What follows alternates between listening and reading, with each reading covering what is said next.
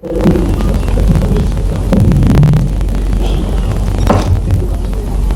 राज्यपाल महोदय, कार्यक्रम आरंभ करने के लिए क्या मुझे आपकी अनुमति है?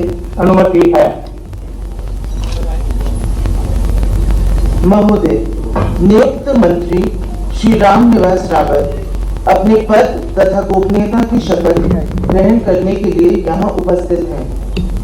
महोदय, कृपया आप नियुक्त मंत्री श्री रामनिवास रावत को पद एवं गोपनीयता की शपथ ग्रहण कराएं।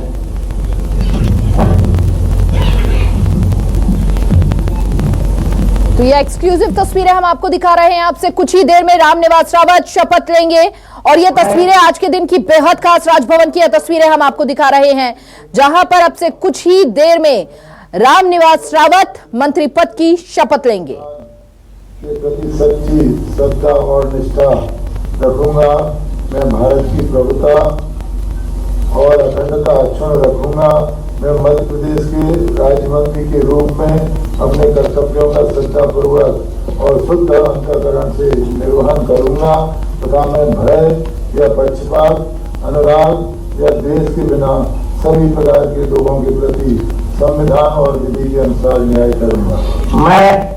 मैं रामनिवास रावत ईश्वर की शपथ लेता हूं कि जो विषय मध्य प्रदेश के राज्य मंत्री के रूप में मेरे विचार के लिए लाया जाएगा अथवा मुझे ज्ञात होगा, उसे किसी व्यक्ति या व्यक्तियों को कर्तव्य जबकि ऐसा मंत्री के रूप में अपने कर्तव्यों के सम्यक निर्वहन के लिए ऐसा करना अपेक्षित हो, मैं प्रत्यक्ष अथवा अप्रत्यक्ष रूप से संसूचित एवं प्रकट नहीं करूंगा।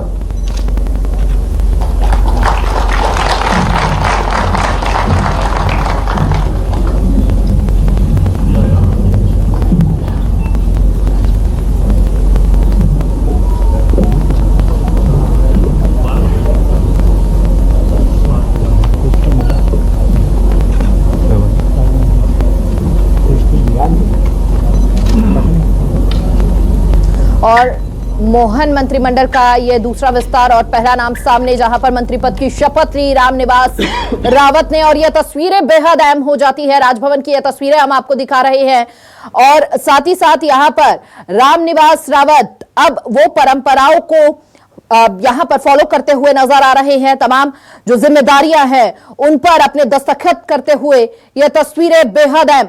और रामनिवास रावत ने मंत्री पद की शपथ ले ली है, यानी कि जो 2 सीटें खाली बताई जा रही थी उनमें से एक नाम रामनिवास रावत का सामने आ चुका है। और ये देखिए सम्मान करते हुए ये बेहद खास तस्वीरें, जहां पर ये फूलों का गुलदस्ता भेंट करते हुए राज्यपाल मंगू भाई पटेल रामनिवास रावत को और सीएम मोहन यादव भी। ये मंच की तस्वीरें जहां पर बधाई देते हुए नजर आ रहे हैं और ये तस्वीरें बेहद खास है आज के दिन की। आपको बता दें कि हमेशा से एक अच्छा प्रदर्शन रहा है रामनिवास रावत का। 30 अप्रैल को 2024 को उन्होंने कांग्रेस छोड़कर बीजेपी का दामन थाम लिया था और श्योपुर के विजयपुर से 6 बार के वो विधायक रहे हैं। एक अच्छी लोकप्रियता है उनकी लोगों के बीच, उनके किए गए कार्यों को हमेशा से सराहाया गया है। लेकिन उनका कहना है कि कांग्रेस ने कभी भी आदमी की पहचान नहीं समझी, सही आदमी की, और इसीलिए उन्होंने कांग्रेस का हाथ छोड़कर बीजेपी का दामन थामा था। और यहां पर मंत्री पद की शपथ लेने से पहले भी उन्होंने कांग्रेस के लिए एक बार फिर से वही बातें दोहराई। श्योपुर के विजयपुर से 6 बार के विधायक रहे हैं रामनिवास रावत और यह आज की तस्वीरें बेहद खास हो जाती है, जहां मंत्री पद की शपथ ले चुके हैं रामनिवास रावत। कांग्रेस छोड़कर बीजेपी में आए थे और उन्होंने कहा कि यहां पर जो जिम्मेदारी मुझे दी जाएगी मैं उसका निर्वहन करूंगा। नेता प्रतिपक्ष का पद से मिलने से वो नाराज थे। 30 अप्रैल को 2024 को उन्होंने कांग्रेस छोड़ दी थी। खासा नाराजगी भी उन्होंने उस बीच जाहिर की थी। श्योपुर के विजयपुर से 6 बार के विधायक रहे हैं रामनिवास रावत। और ज्यादा जानकारी के साथ संवाददाता राकेश चतुर्वेदी हमारे साथ जुड़ चुके हैं। राकेश, जिस पल का इंतजार था वो इंतजार खत्म, रामनिवास रावत ने मंत्री पद की शपथ ले ली है। बेहद खास तस्वीरें, क्या कुछ जानकारी अभी फिलहाल आपके पास? देखिए, बिल्कुल रामनिवास रावत अब मध्य प्रदेश सरकार के मंत्री बन चुके हैं। उन्होंने मंत्री पद की शपथ ली है और शपथ लेने के बाद जब वो राज्यपाल से मिले तो उन्होंने पैर पड़कर अभिवादन राज्यपाल का किया। यानी आप जो तस्वीरों में देखें अंदर सीधे तौर पर जो अब हमारी स्क्रीन पर लाइव दिखाई जा रही हैं, उन तस्वीरों में अब रामनिवास रावत मध्य प्रदेश सरकार के मंत्री हैं। मंत्री पद की शपथ उन्हें राजभवन में दिलाई जा चुकी है।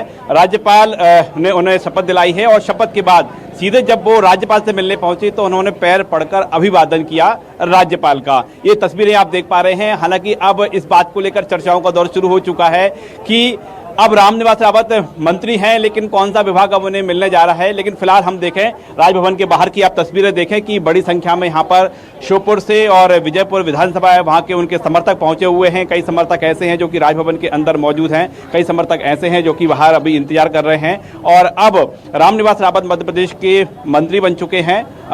यहाँ पर तस्वीर में आप देखें राजभवन की तस्वीरें हैं और मंत्री पद के बाद अब जब वो यहाँ से रवाना होंगे हम उनसे एक बार फिर चर्चा करेंगे।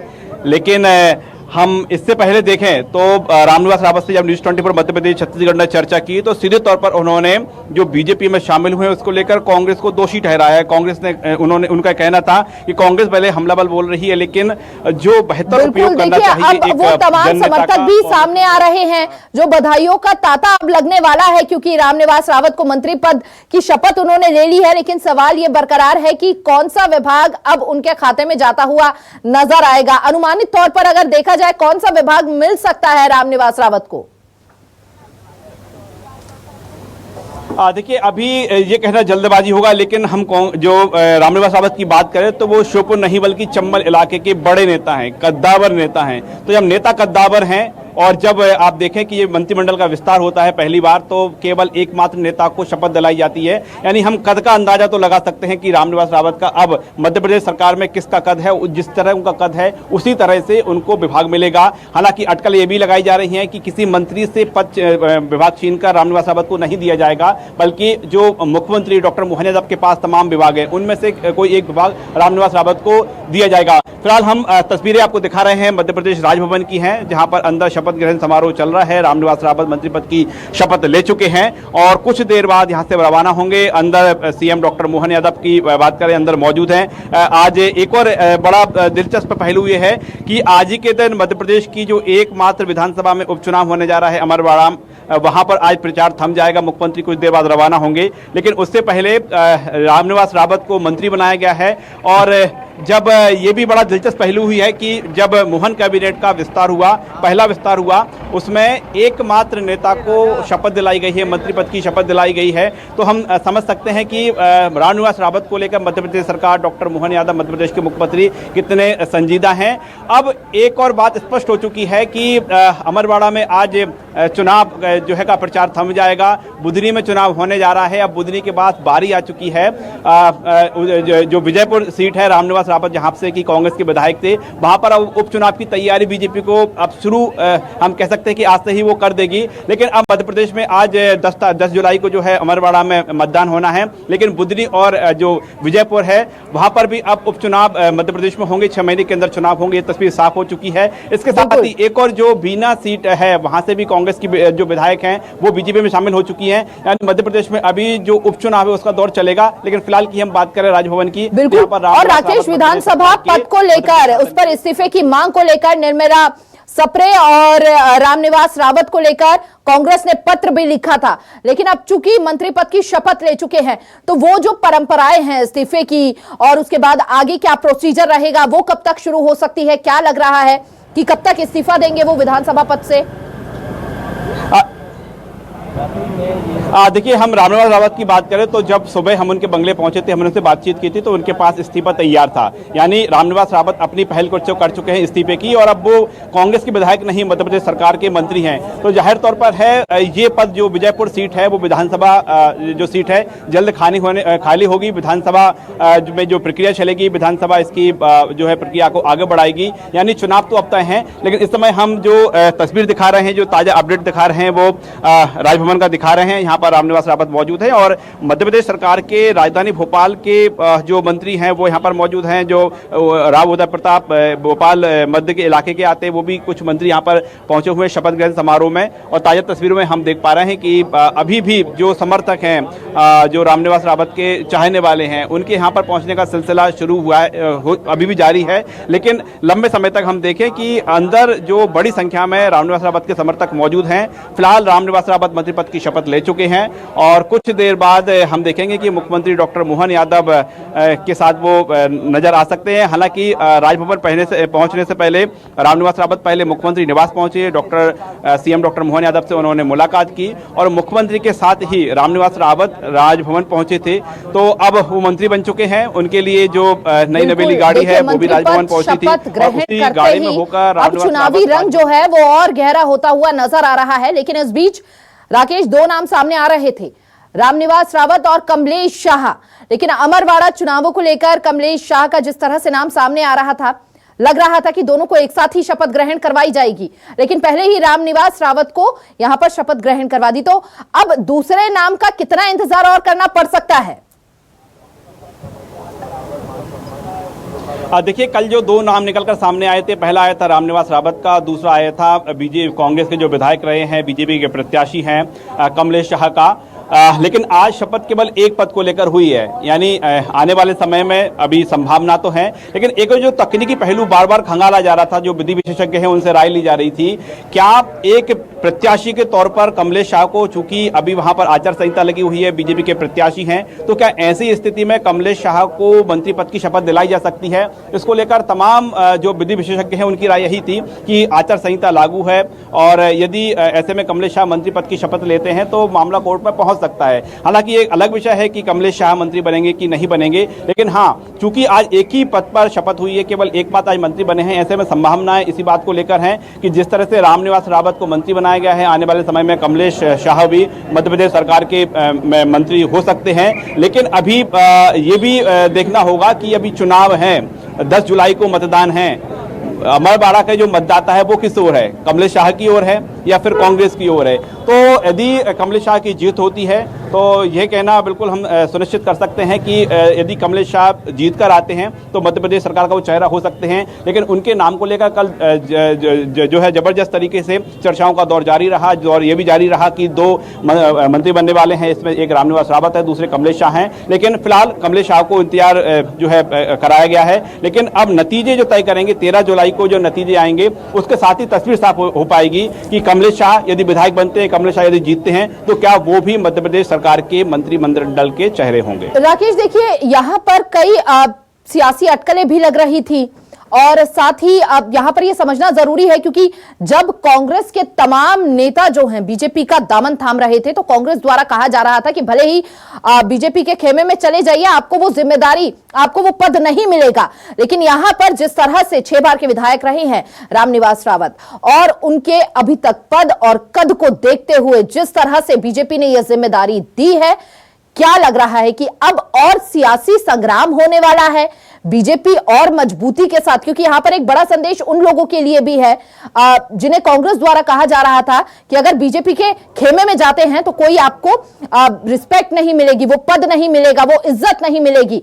लेकिन रामनिवास रावत के मंत्री पद की शपथ ग्रहण करने के बाद क्या लग रहा है, क्या बड़ा संदेश इस वक्त? देखिए, हम समीकरणों को समझे। लोकसभा चुनाव के बीच जो तमाम नेता तो कांग्रेस के बीजेपी में शामिल हुए थे, करीब 7 लाख कार्यकर्ता हुए थे। लेकिन हम विधायकों की बात करें तो 3 विधायक अपना विधायक पद छोड़कर कांग्रेस के 3 विधायक बीजेपी में शामिल हुए थे। सबसे पहला जो नाम निकल कर आया था वो आया था कमलेश शाह का, और कमलेश शाह ने तो बीजेपी का दामन थामते ही तुरंत इस्तीफा दे दिया था।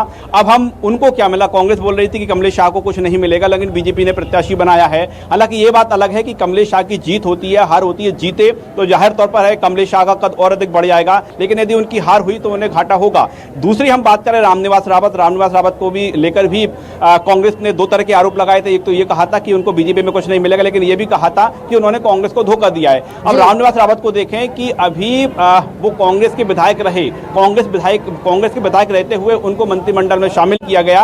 अब मंत्री बतौर मंत्री वो उपचुनाव में उतरेंगे और यह भी तय माना जा रहा है कि चूंकि मंत्री बन चुके हैं, ऐसे में रामनिवास रावत का टिकट कटने का कोई सवाल ही पैदा नहीं होता। जब विजयपुर में चुनाव होंगे तो रामनिवास रावत ही बीजेपी के अधिकृत रूप से प्रत्याशी होंगे और बतौर मंत्री वो चुनाव मैदान में उतरेंगे। तो रामनिवास रावत का कद मिला है। हालांकि रामनिवास रावत की बात करें तो इससे पहले भी कांग्रेस शासनकाल में वो राज्य मंत्री रह चुके हैं, मंत्री भी रह चुके हैं और अभी वर्तमान में 6 बार के विधायक हैं। हालांकि एक चुनाव बीच में जरूर वो हार चुके थे। अब निर्मला सप्रे की बात करें जो कि बीना से विधायक हैं, उनका भी अभी इस्तीफा नहीं हुआ है, लेकिन अभी निर्मला सप्रे को लेकर सरकार का क्या रुख है? क्या उनको भी मंत्रिमंडल में आने वाले समय में जगह मिल सकती है? लेकिन यदि जगह देना होती जल्दबाजी में तो हम कह सकते हैं कि आज ही उनकी शपथ होती। लेकिन बिल्कुल राकेश, ये तमाम वो बड़े दिग्गज नाम थे जिनको लेकर सियासी संग्राम खूब देखा गया। बहुत बहुत शुक्रिया राकेश आपका तमाम जानकारी साझा करने के लिए विस्तार से।